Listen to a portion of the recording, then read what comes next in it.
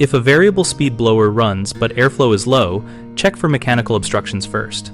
Start by inspecting the air filter and replace it if it is dirty, because a heavily loaded filter can cut airflow dramatically. Choose a filter rated appropriately for your system and change it on a regular schedule. Next, follow the duct runs visually and by touch to locate any collapsed or crushed flexible ducts and straighten or replace them, since even a short crush section can restrict flow. Verify all supply and return registers and grills are fully open and free of furniture, curtains, or heavy rugs that might block flow, and remove any obstruction you find. Look inside accessible duct takeoffs and flanges for disconnected or unattached sections that can leak air away from living spaces, and reseal with metal tape or mechanical fasteners where needed.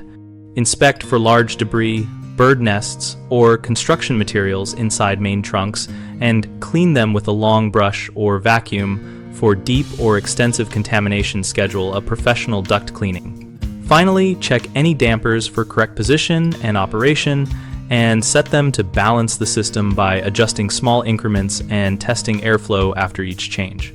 Common problems include a clogged filter that people often miss because it is out of sight.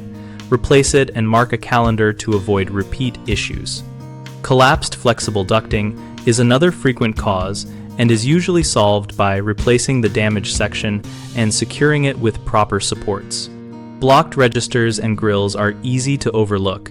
Clear obstructions and test each room to confirm restored airflow. We run BigHomeProjects.com to help homeowners connect with local contractors for projects relating to airflow and ductwork. Our site also helps contractors find work, and we host an active discussion community where homeowners and professionals exchange tips and experiences.